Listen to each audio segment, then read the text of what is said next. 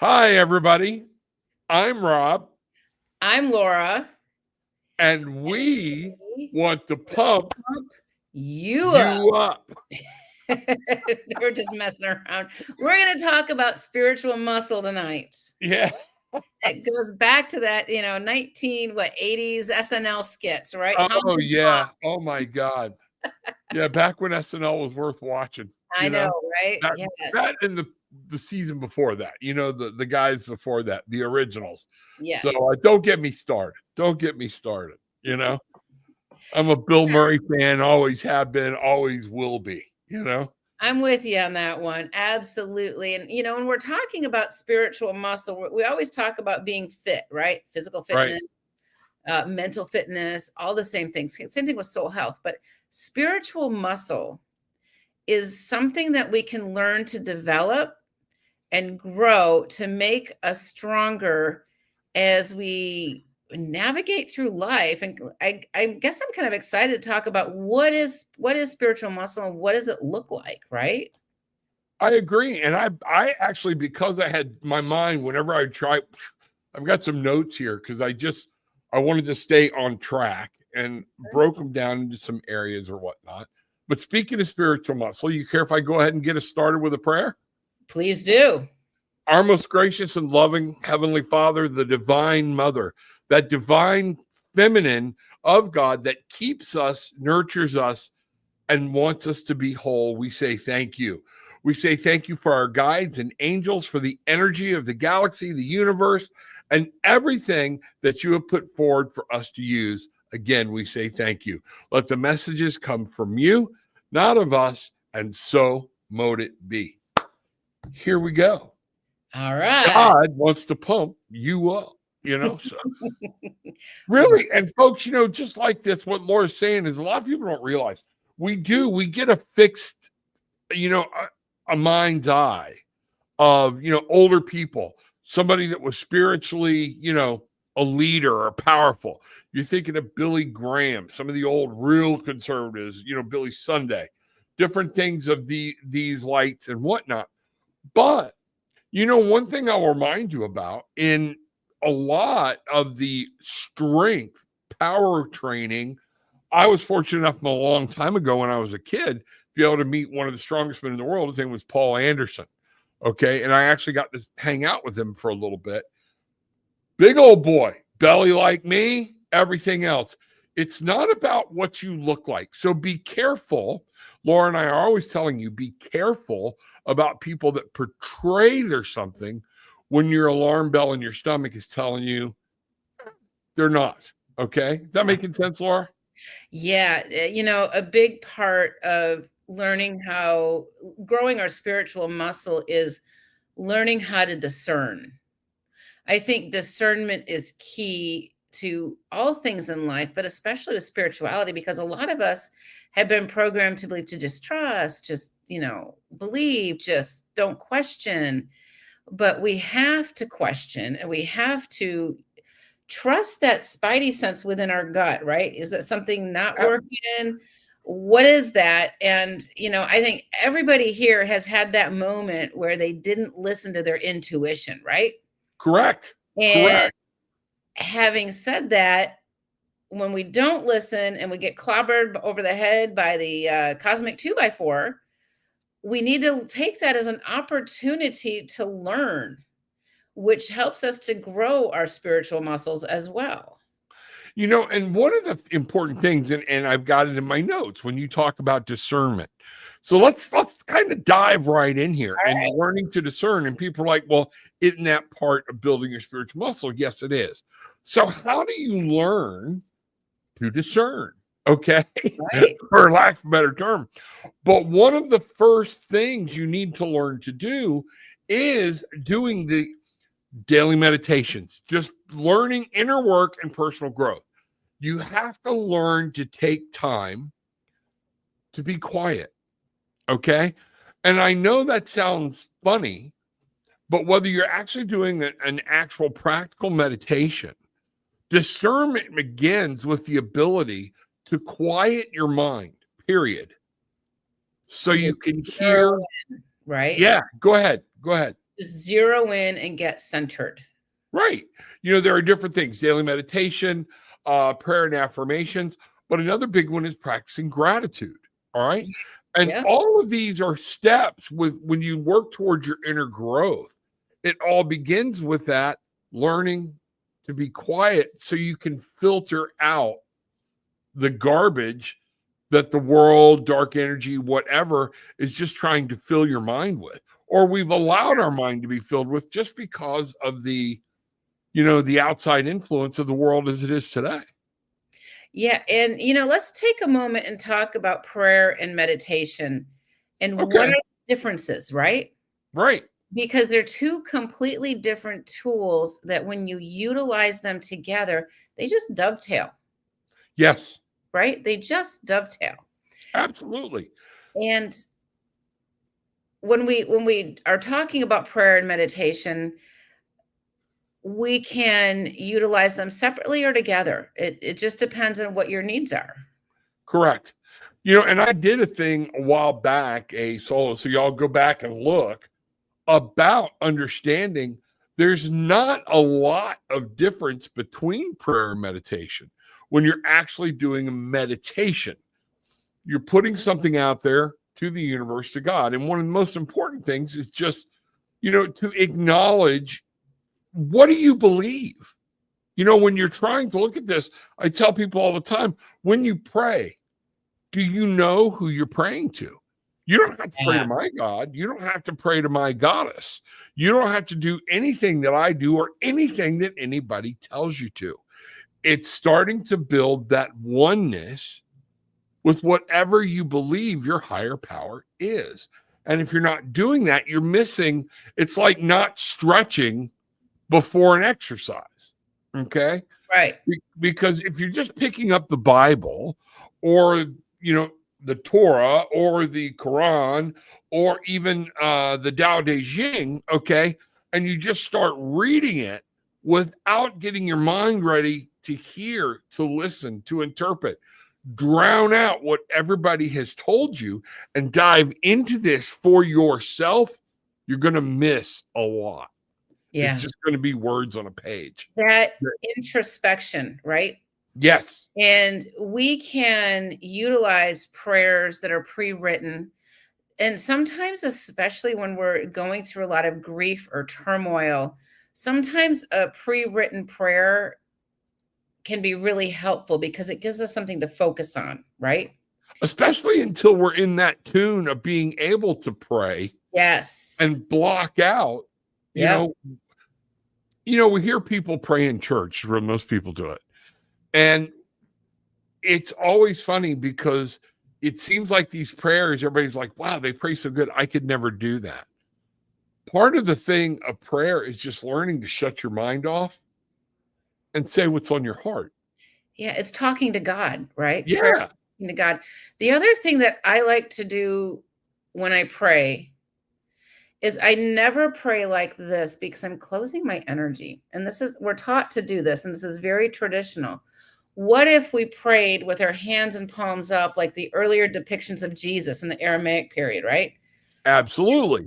Utilizing our energy to connect to God through our hands. I mean, our hands are so, it's so funny. It's okay. I'm not home. Woo.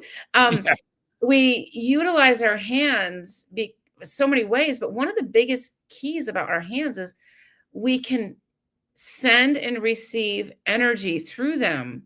Now, we've been taught to shake our hands with strangers, right? Hey, hi, we're not shaking our hands to be nice. We're shaking our hands. Did we jive with that person, or are they, are we recoiling from that person? Right. And if somebody gives you the creeps, you don't have to shake their hand. Mm-mm. Okay. That's listening or whatnot, and and that's one thing, like you said, with the hands, the left hand we receive, the right hand we give.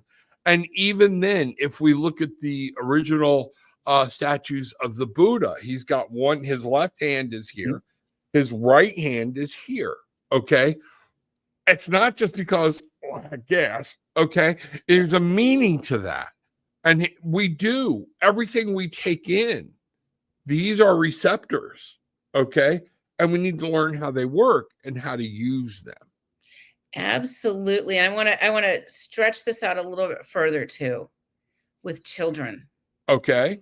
Parents, don't force your children to hug somebody that they don't want to hug.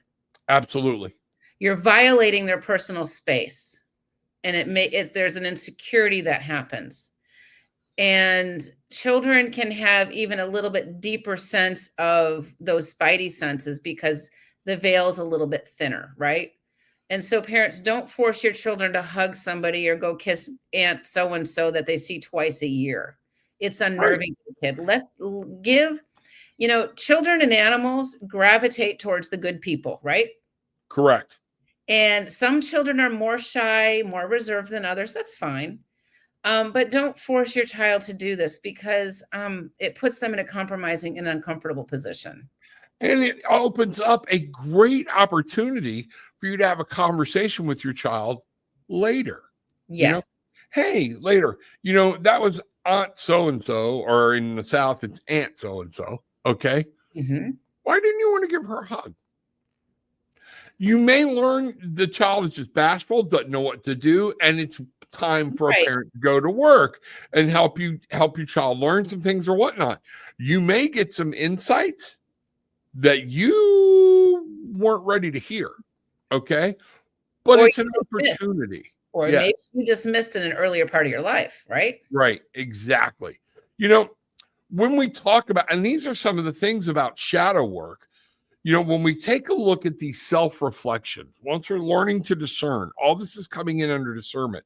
And I like what Monica says here. For her, prayer is talking to God and meditation is listening to him. That's a great point. It's time to be quiet. So you can hear the thoughts, you can hear the angels, you can hear whatever message Spirit is giving you. Feel the messages, right? Because some people hear, some people see, some people feel. There's no wrong way. You got to do what's right for you.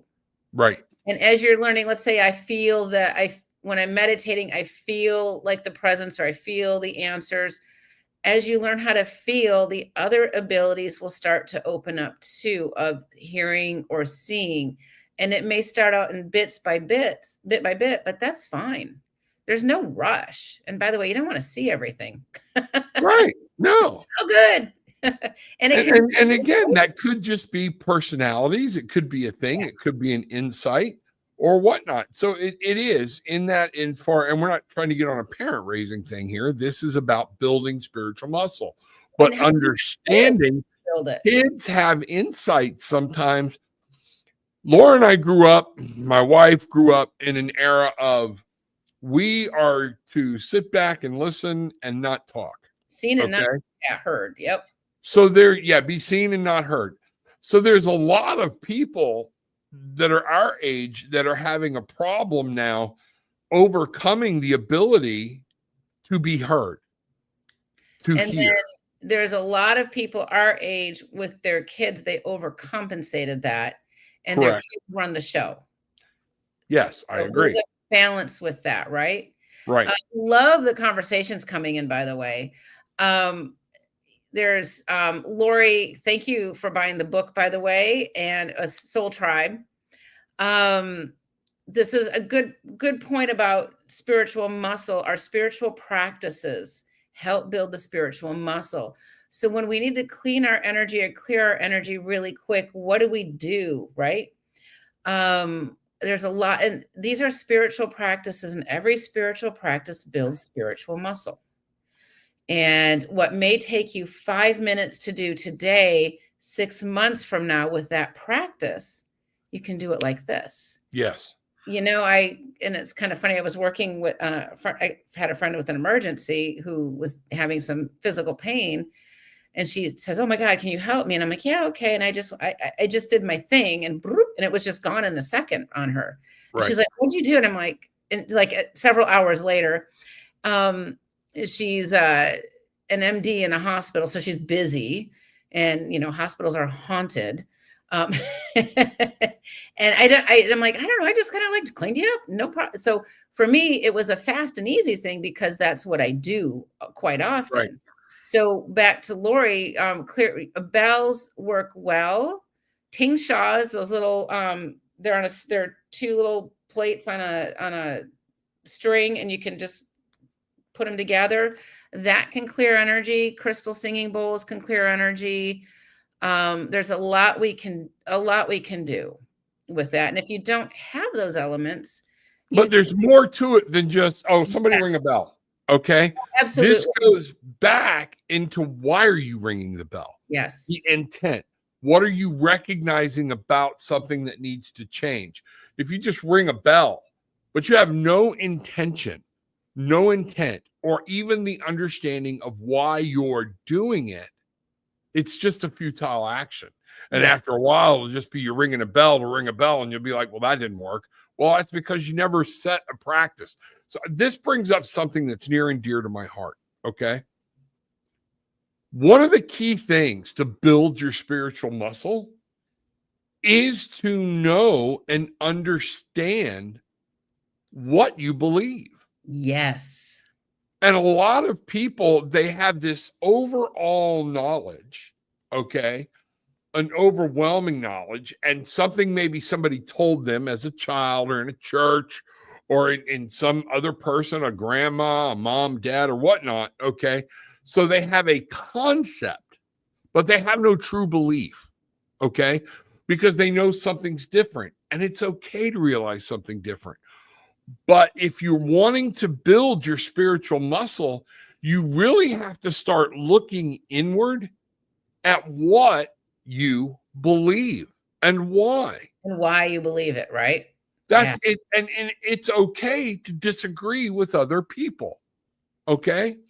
That's what's going to make you spiritually stronger, is understanding. Okay. So not only should we be reading the Bible, reading the Torah, reading the Tao Te Ching, any philosophy book, okay? And I'm not just saying the Bible is just philosophy, but I want you to understand what I'm saying. Anything that somebody calls a scripture, okay? When you're reading that, we think that's what we're getting. But what I like to do, and I want you to do, and it's helped me build my spiritual muscle, do research on the book you're trying to understand. Mm-hmm. Don't just listen to people that agree with your mom and dad. Yeah. You have to open it up. Doesn't mean you have to follow a different path. But once you have a good understanding, the Bible is longer than the Constitution of the United States. And most people don't understand their own Constitution. Okay. Right. Yeah. All right. Yeah. And so therefore, this is something very powerful. And I'm sorry if I'm on a tangent. It's one of those things. Know what you believe and why. If I walk up to a Christian and I say, are you living in the state of law? And you and I were having this, are you living in the state of law or the state of grace? They'll go, huh? That's the basis of what Christians believe to be salvation. If you don't understand that concept, there are other things that you need to learn about your own faith. So get mad, get glad. I'm sorry. I'm just letting you know it's time to dive into it. You know what, though? We can take that same concept with social media and the sound bites.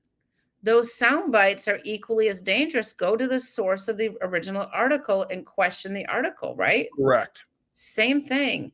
Yep. Yeah, if somebody tells you that this scripture says this is wrong, remember, they've already taken it out of context, because you need to read what comes before it and what comes after it. All right. You need to read who wrote it, why they wrote it, what Leviticus, which is commonly misquoted all the time, was literally written to the Levites, who were the chief tribe of handling all the spiritual needs of the Jewish people, of the 12 tribes. So there were things in there that no longer apply under Christianity. But boy, we want to quote the crap out of it, So, and you don't even understand your own Bible, okay, and what it's doing. So take these times. This is very, very important. Okay. Give yourself the gift of time when it comes to building your spiritual muscle. what we're doing is we're creating a healthier soul, right? And I keep going back to this. The only thing we take with us when we leave these physical bodies is our soul. So Right. I mean, we don't take our assets with us. We don't take our loved ones or not so loved ones. We don't take our favorite pair of shoes with us. We don't take any of that stuff with us, but we take with us our soul energy.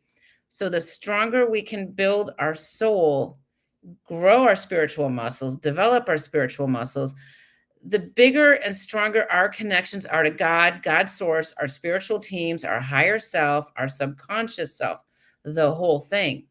And that's what living this mortal life is really about. Absolutely. And you know what? I've spent a lot of time reading the Bible, and I will take it in doses. There are times I read it every day, chapter and chapter at a time. Then I let it go for a while or whatever. But one of the things I think is important is that you're also checking other scriptures, not other sacred texts, other just, how can you talk to somebody if you don't understand where they're coming from? Yeah, and I think the basic tenets are there throughout all of the holy texts, right? And if we go back to the basic human needs, we all need love, we all need shelter, we all need food. Right. Those are the basics. And when we have those basics, we feel safe and secure, and we get to have the opportunity to explore our faith, explore our spirituality, and learn how it is. What You know is what? for you? You're absolutely right. And this has nothing to do with spirituality. Okay.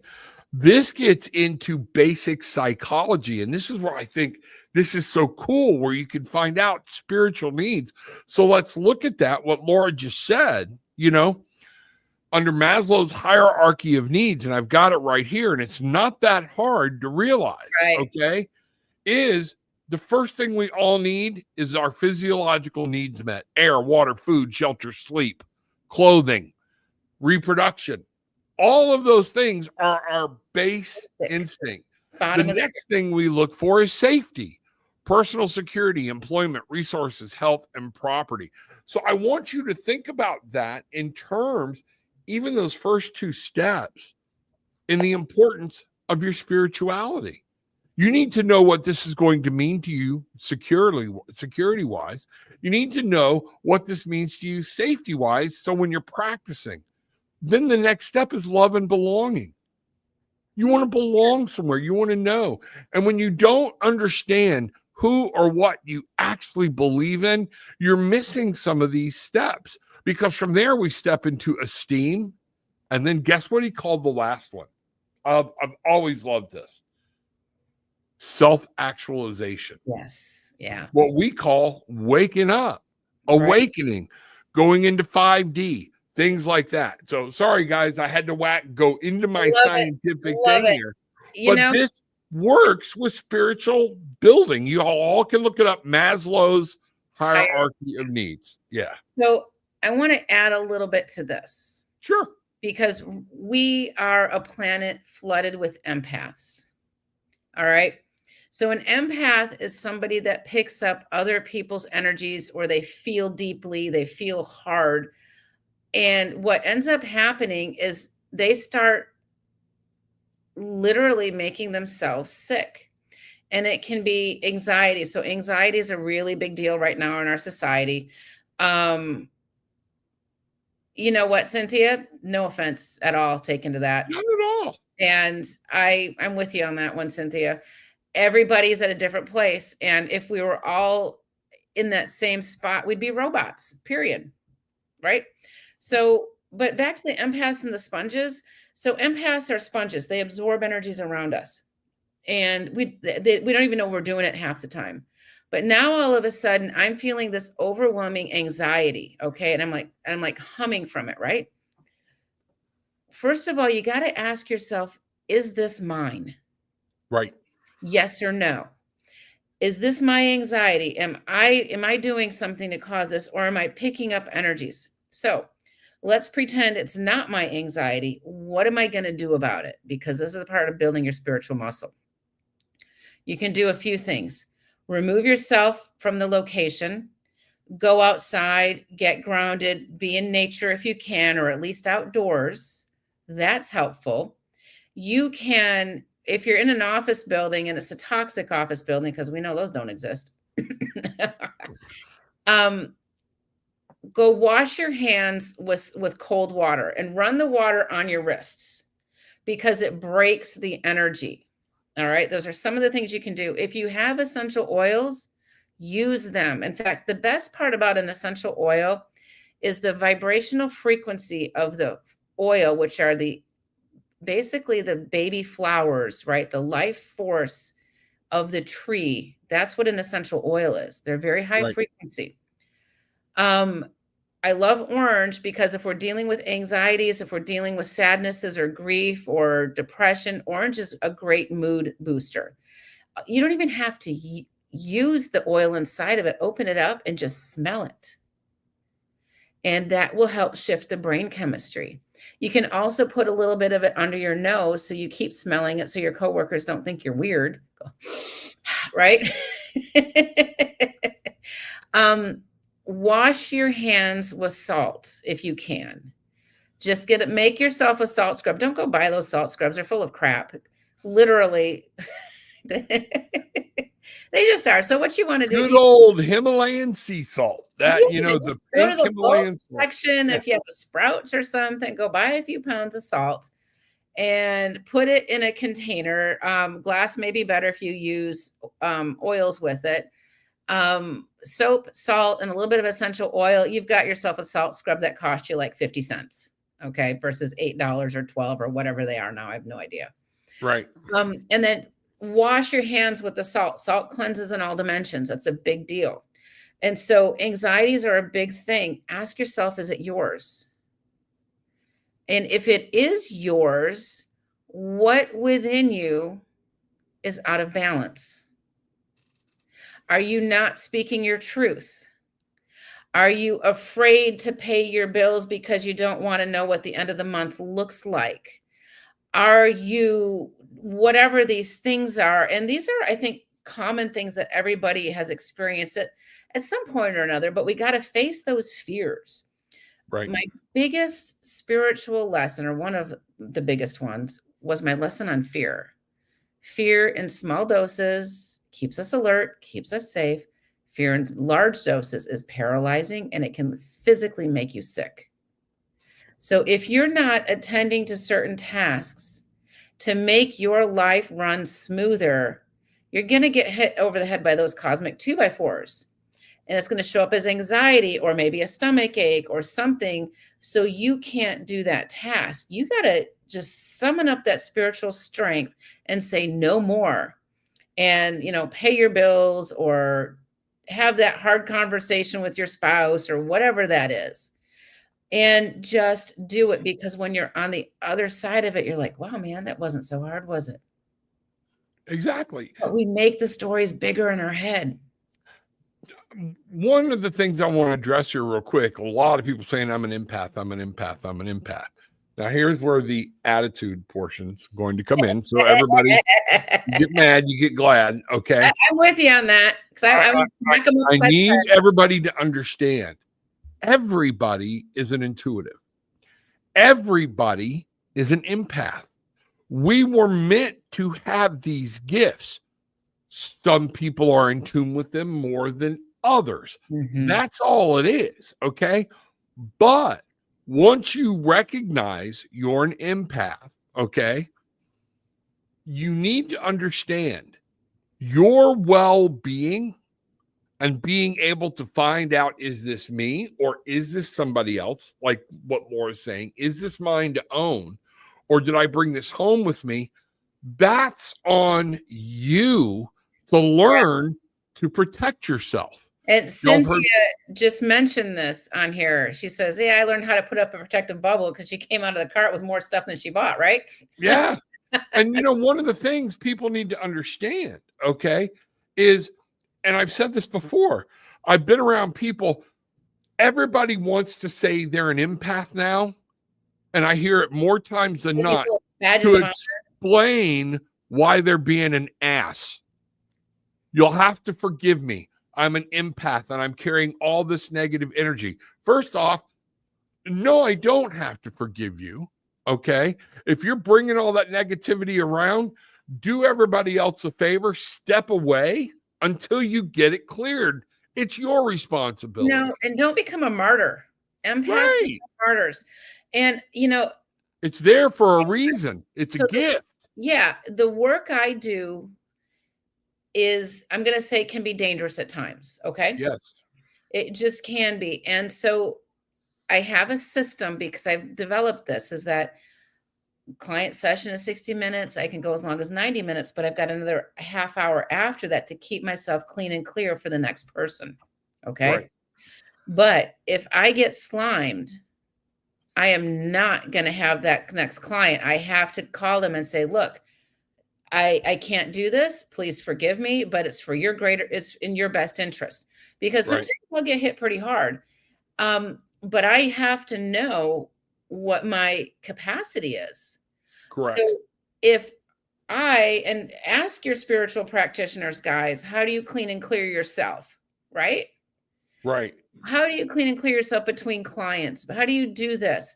Because we have to share what is going on so we can help each other, right? And so just know that it's okay to back off. And so these empath sponges, they can contaminate everybody else around us. So we got to get this in check. Yes. Building your spiritual muscle means you're less of a sponge. All right. And correct. Empaths that are sponges are dangerous. They're not knowingly dangerous, but they're going to collect all the junk, and then they're going to go somewhere, and that junk is going to go on somebody else. Right. So keeping yourself clean and clear, absolutely, yes. And that is part of it. You'll have to read the thing from Cinnamon there. There's too much to even get up on screen, but she had a lot of entities, and I come across people that are just like, I don't even know how they get out of bed sometimes, frankly. Right. Remember 2 weeks ago, I did the off cabot, my whole live in person thing. And I was doing readings for right at 2 hours, I think, somewhere in that neighborhood. Mm-hmm. And man, you talk about drained, you got to know your limit. I knew where I was at. I knew where I was good. Okay. Yeah. But by the end of that night, I was done and was contemplating canceling Monday night's show. But what I did was I came home, drank a ton of water, got all my, rehydrated, everything else, and just took the day. My wife will tell you, and basically chilled and slept all day. Everything else went away. All right. Because folks, when you're tapping into this stuff, it can be emotionally or energetically draining. All right. And if you don't know what you're doing, and particularly if you're stepping into an area that you're not aware of, that you don't have full knowledge about, capability about, it can really backlash on you. And back to the discernment, a lot of people feel guilt for something they have no responsibility for. And that guilt is heaped upon us, and we have to learn, is this really mine or not? Right. Did I really do something to upset Joe, or is Joe overreacting and making me feel guilty about it because now he's putting his junk on me? So we have to have spiritual discernment here also. And read about the different defense systems we have in denial, displacement, things like this, because all those apply to spirituality and energy. Absolutely. The other thing I kind of want to touch on is that when we clean and clear ourselves, never litter the ether. Okay. And what I mean by this, I've got all this, I'm going to call it psychic soot, all this gunk over me. I'm not going to put it all, it's like driving down the highway with a McDonald's garbage bag and chucking it out your window. Don't do that. Right. Ask the angels to come in and take it. So when I'm working with somebody, I'm clearing them. and let's say I'm doing some healing work or something, I literally have an etheric hazmat bag, so to speak, that all the gunk goes into, because if I were to let this just spill out, Mhm. it's going to hit out the next person. So just ask the angels to help clear you, take away what is negative, remove it, transmute it. The violet flame, Saint Germain, that can transmute the negative energy as well. Right. So don't just shake it off and hope nobody else steps in your puddle. Correct. It's like not cleaning up after your dog, that Yeah. type of thing. And you know what? When we're looking at this under other ways to build your muscle, the energy and healing practices you can do. But speaking of this, of what Laura was just talking about, there's one thing here that people don't, it always gets put in behind. Okay. We never want to bring this part out. Practice forgiveness. Yeah. That's, you want to build your spirituality, being Christ-like. Nobody forgave more than him. You know what else? Forgiveness is not forgetness. Correct. Just because, and by the way, forgiveness has no timeline. Forgiveness is a spiritual practice that we have to learn how to let go of something that was wronged to us, right? We have this wronged action against us. Right. We have to learn how to let go, but we have to understand there's no timeline. Okay, well, my God, it's been 6 months and so, literally threw you under the bus in front of 50 people. Aren't you going to let it go? You know what? This is what I have to work through now. I'm on my own timetable, but I have to work through the efforts of forgiveness. But we have to understand that when we forgive somebody, we're actually releasing ourselves from the hurts. They still karmically own those actions. Those actions will Right. need to be atoned for at some point in that person's soul's history. Now, we don't have to forget what happened, because if I forget that Joe, threw me under the bus and it was a lie in front of all these people, if I forgive and forget, I can step into his line of fire again, right? Right. So take that as a lesson. It's like, you know what? I'm done with you. And that forgiveness is a spiritual process.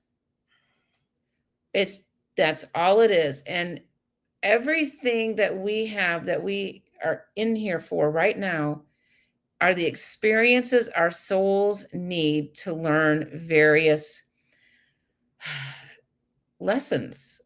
Right. And some of these lessons are small, some of them are huge, they're intertwined, but these are just experiences. And as we're going through these really difficult times, remember that right now, Reverend Rob and I and everybody here, we're sitting in mortal time. This is a finite time. Cosmic time goes on forever, right? There is no time in these other dimensions.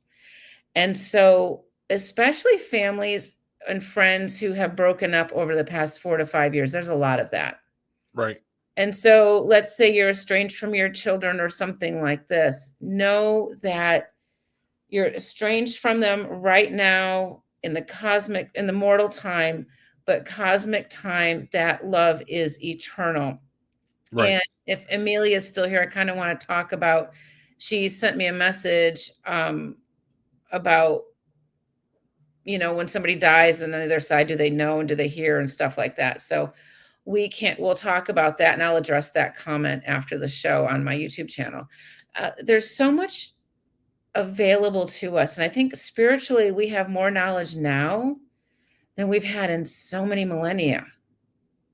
Well, Right. I think too, it's time that certain things, especially with technology and knowledge and study and people understanding and having access to more documents than what we did. When we were kids, we relied on scholars who went to school to tell us what they learned. And we thought that it was all, and we didn't realize that, they're only spouting out what somebody taught them. And at some point, we have to break free of that and implement discernment and personal thought. You know, Tammy says right here, and I think this is a good point. Forgiveness is not for them, it's for you. Okay. And that's a good thing. So you can release the negative stuff, because if you carry that negativity around, and if you're living in a place of holding grudges or anger or things like this, and then you wonder why things are always a struggle. Well, that's what you're manifesting. Okay. Because that's where your mind's at. One of the things to do, and it always pissed me off, well, once you forgive them, you have to take them back. No, hell, you don't. Right. Even that very Bible says, by your fruit, you shall know them. Well, they've demonstrated who they are, what they're capable of. All right. I can forgive you, but I don't have to readily, like I talked about before, bring you back in my hula hoop. Okay. In my universe. Right. At one point, I can watch you. I can keep you at arm's length until I see, you know what, there has been a change, and I'm willing to. And you know what? But that's my choice of knowingly allowing that person back into my life, and I have to be responsible for that choice. If somebody abuses us, and we know they're abusing us, we've, worked on that forgiveness path, and we allow them to continue to abuse us, guess what? You're now abusing yourself by allowing it to happen. Right. And that's we need to address something here with Cinnamon. Okay. Yes. And Cinnamon, what I'd like for you to do is, we out of respect for other people in the show and what we're trying to do or whatnot, I hear you. We're reading this as we go, but you need to reach out to Laura. Okay. Yeah. And if we need to do this together, Laura, like we did with that other person, please feel free to let me know.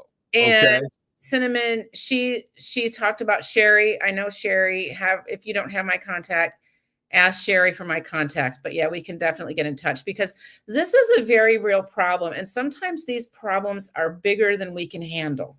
Right. And if something is trying to steal your soul or your children's soul, that's a real thing.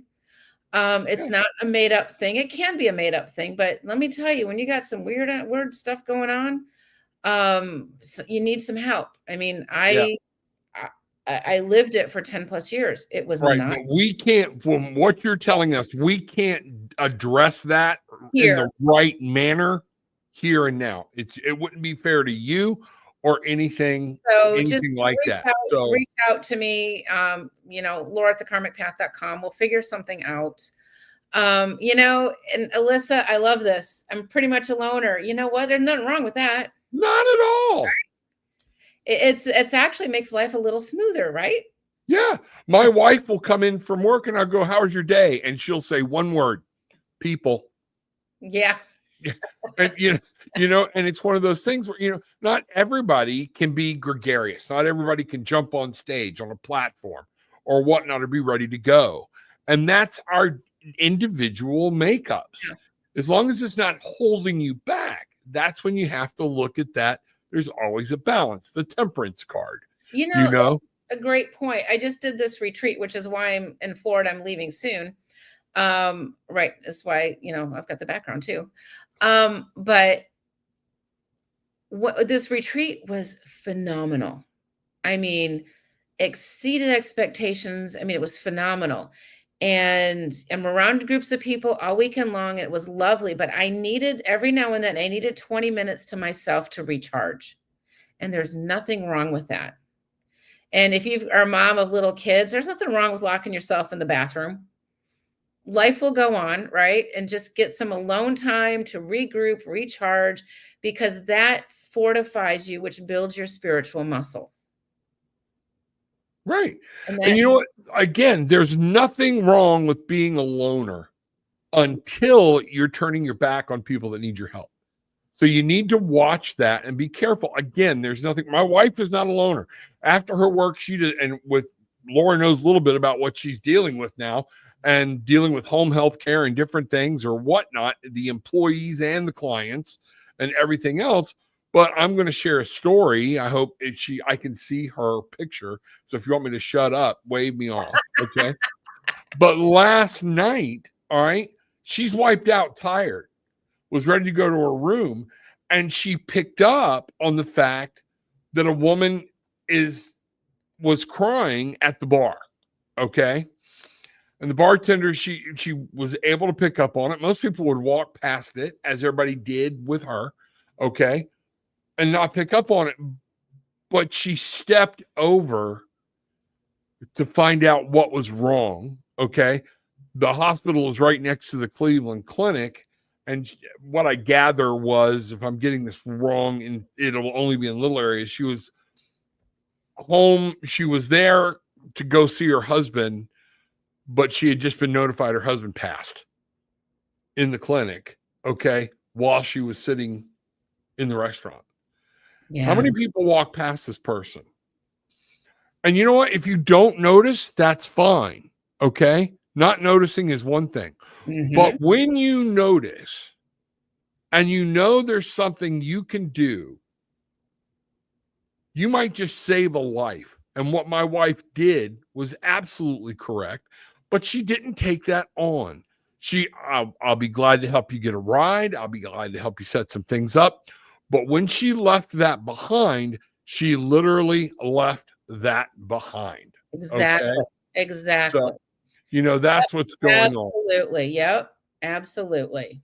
So, you know, it's one of those things. I find this absolutely hysterical that Tarot Destroyer is in again when we're talking about God and religion and everything else, and we haven't even flung a tarot card. Yep. What an idiot, you know? I know. Oh, absolutely. Absolutely. Yeah. What a dork. You talked about misquoting Leviticus too, so there you go. Yeah, that's it.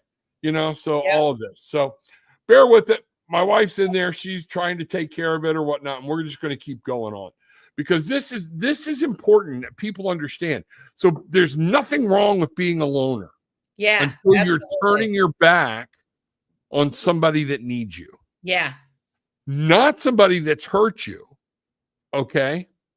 Right. But big difference. If you're having a problem and you're holding grudges, and I understand, Donna, been there, done that.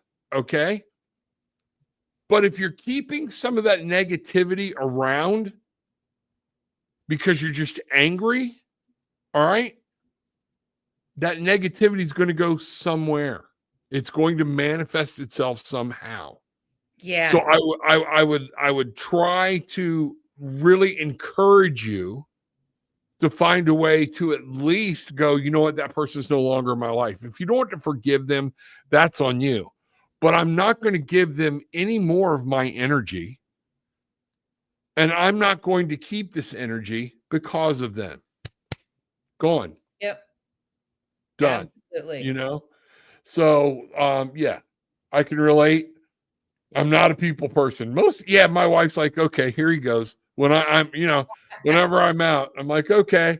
And me and Mr. Bruce at the same time from Apollo Travel, I got to get him in here one night. When we're together, forget it. Forget it. We're taking over. You know, let's see what's happening. Yeah, retreats can be life-changing. You know, it's a good opportunity to step out and be yourself. And one of the first elements that we did at this retreat was remove your labels. Yeah. Coworker, manager, I'll remove the labels and be yourself, your soul, right? Right. And that's a hard thing to do. Yeah, it is. We're wrapped up in our identities, right? But it was it was very powerful. And I have to say, and I was doing the retreat with two other women, Abby Lynn and Sherry DeVan. Fantastic. It was just last weekend, a few days ago, and it was the best group of people. And there are times when people and these experiences can leave us so energized and so charged up, right? Right. Good way. And you get to take these tools home with you and keep them going. And then eventually, you know, we've kind of, when it comes to spiritual practices, every now and then we forget, right? Right. We just start getting rolling with the flow of the day and the hiccups and the this and the that. And it's like, gosh, when was the last time I meditated? When was the last time I cleared my house? Or right. Or something's going on and you're like, okay, I got to do A, B, and C, D. And I know for me, when we were literally the bowels of the hells were opening up in our house, I had a checklist. Okay, try A, try B, try C. I mean, and the checklist just kept getting longer and longer. Half the stuff didn't work, but I was like desperate. So keep kind of like a journal of what works for you It may work for you today, but it may not work for you next year. It may not work for you today, but it might work next month or vice versa. So these are all spiritual practices are energy mastery. We're mastering the flow of energy. It's Right. that simple. Energy is currency, that current, right? And so we have to give ourselves grace. I loved what you said at the beginning of the show when you talked about gratitude. Gratitude is so powerful. And I can tell you, I spent a long time being angry at God for doing this to my family, or what I thought God was doing to my family, right? Right. So I was very angry with God, but now I can look back at those experiences with gratitude. Because I had those experiences, I can do these things now. And sometimes gratitude is, hindsight. That's okay. And he's like, I'm so grateful that my Aunt Edna is such an a-hole. Right? It doesn't quite work that way, and I don't have an Aunt Edna. So find the gratitude in your life, even if it's the little things, even if it's simply watching a bird fly by your window. Look at the bird. Be grateful that that bird graced you with their presence. Right. There's so much to be grateful for in these lives. And when we start to really embrace gratitude, we become happier. Yeah. Imagine that, right? And start a gratitude journal, because you may be surprised after a while what you're taking for granted when you go, okay, I got to write 3 more things in the journal today that aren't above ever. Okay. Because then you start running out and going, oh crap. Now you're drilling down in your own gratitude and going, you know what? What am I grateful for? Well, Right. is this it? And if so, why is that it? Something you said about that, I'm so thankful for Aunt Edna, my dad was preaching a sermon. And at one point I was helping him. I was in high school and we were doing a roof or whatnot. And he's talking about, so when you whack your thumb with the hammer instead of cursing, and he looked right at me because he knew I had a sailor mouth. All right. Yeah, I was always the brunt of points in my dad's church, which is not always a good thing. But at the same point, he's like, start singing Jesus Loves Me. Okay. Lo and behold, Monday morning, we're on a roof, doing a roof, and I whacked the crap out of my hand with a hammer. All right. I am sitting there doing what you did about Aunt Edna, going, Jesus loves me. Yes, I know. And he's like, that's not quite what I was talking about. Yeah. I think you probably should have just said it because you were thinking it Right. the whole time. Yeah. So, there's some things we got going on. There's a lot more here. We need to do more like this. And folks, I was talking to Laura. Coming up, I'm going to start doing a series about spirituality, understanding the difference between religion and spirituality, how you can actually blend them, what to be afraid of, what not to be afraid of, different things, and trying to answer some questions. And I'm going to try to be keeping those to like 20, 25 minutes or less. Okay. So they're going to be points. I think they're going to be coming out on a Saturday night right now. I'm not sure, playing with it. And they'll be kind of like pre-records, whatnot. So you can go grab them. But I noticed there was some, Monica was talking about Buddhism and things like that. Mm-hmm. What people don't understand, I had a lot of people in the addiction world. Oh, Rob, I heard there was a Buddhist path to recovery. Oh, yes, there is. And they come up with this, everything's peaceful. I'm going to love my way through it. And again, not understanding what Buddhists truly believe. Okay. And Buddha believed we are here to suffer.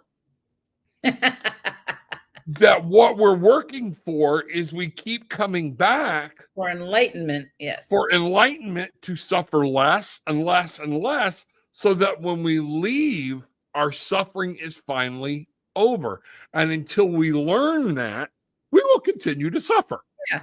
And by the So way, yeah. when they're trying to find the easy way out, that generally made it about 2 weeks when I gave them all a copy of the Buddhist Path to Recovery. I said, "Oh, very well versed in it. Let's give this a whirl." And the first thing in there is to call, you have to talk about the pain you caused everybody else. And they're like, that's not, oh, yes, hell it is, because pain is a main portion of their belief. So understanding what you believe and not just think you know what you know, but know what a belief is just so very, very important. It's critical. And I want to bring up Cinnamon real quick. First of all, Cinnamon, don't apologize for what you said in the chat. No, not at all. This is why we're here. This is why we do what we do. And I'll tell you what, there are people whose needs are like really high up there. And that's one of those situations. It's a very valid point. So please don't apologize. I look forward to talking with you. We literally want you to reach out to Laura or, after the show and set something up. And if you want me there, or whatever y'all decide, we want to help you. This is not a forum to do you or your problem justice. I'm glad she came in and said that, though, because it's not an ego thing. You're in crisis mode, period. And we all have those moments. If we didn't, we'd be liars. Okay. Right. And Tammy, I love this, by the way. Absolutely.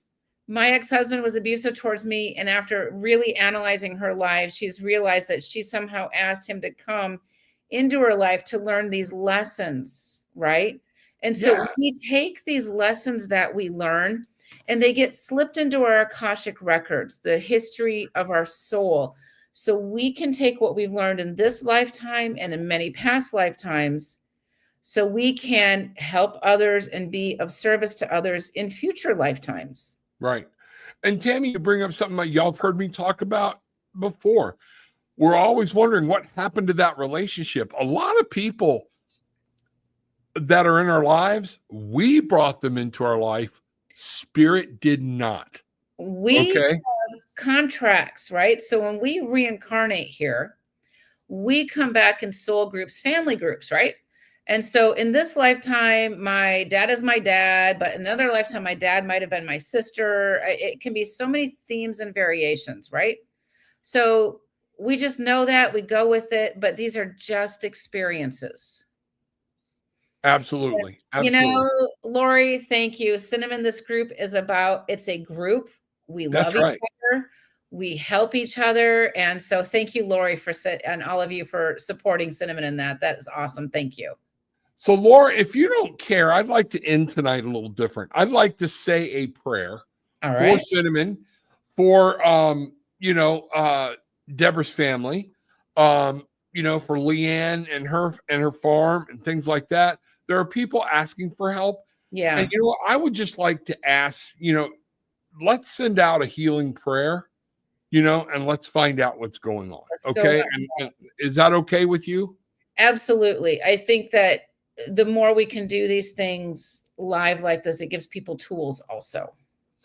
Right. Absolutely. And the healing prayers, and there could be something deeper going on, but this is a really good start. Absolutely. Right. I would love for everybody to do what Laura said before. Take your hands, hold them out, and start feeling the energy form. Okay. Know that spirit is laying and angels are there. Okay. And you can move your hands. Laura and I do this. We make a chi ball of energy that you'll start feeling your fingers, your tingle and things like this. But what we're going to do, I'm going to bring the energy from above and from below and have it merge into our heart. And I would like everybody to do the same thing, but then feel it moving out. And I'm going to start this prayer. Our most gracious and loving, divine Mother, Father, God, universe, angels, gods, goddesses, all that is God, we say thank you. We know you have given us everything we need to deal with this. We are saying now that there are people in pain. There are people in our tribe that are asking for help. There are people that need the immediate attention of your angels, but maybe they have not asked. We are sending them. We are saying on their behalf, send your angels right now to their protection on our orders, on our commandment, and in your name. We say, help them, put your protection around them, defend them, and drive these forces that are just attacking them from all angles away. You have said in the scripture, by my faith, others can be healed. I'm claiming that power tonight, and I'm asking for your angels' help, and I'm asking for you to put protection, and I'm demanding that the angels go forth, fight the battle for these people that have just been drawn into a place where they're not asking for help in the right way. In all of this, we ask it. We're all sending our energy, our love, and healthy light to them. So mote it be. Thank you. Yeah. Wow. Here's a ball of love. I'm kidding. Yeah, but absolutely. seriously, we're here to be with each other, to help each other. So thank you. Absolutely. Absolutely. That's what being in a tribe is all about. I want to make a really quick announcement before we go, if you don't mind. Go right ahead. I'm speaking at the Journey to Truth Conference, Rebels of Disclosure, this May. Check it out. Just Google Rebels of Disclosure 2025. It's a really good lineup. The tickets are already 80% sold out. So where is this at? It's just outside of St. Louis in Grafton, Illinois. And so I'm just telling people, if they're interested in something like that, it's almost sold out. So check it out.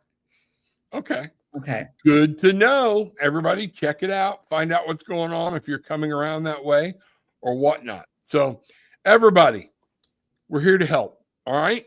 Cinnamon, get hold of Laura. Okay. If we need to attack this together, wouldn't be the first time. Okay. Nope. We'll do it again. All right. But with all that being said, everybody, it's very important. I need you to take what you want. Leave what you don't, but just leave having experienced some true peace, love, and light. Blessings to everyone. Bang, all right.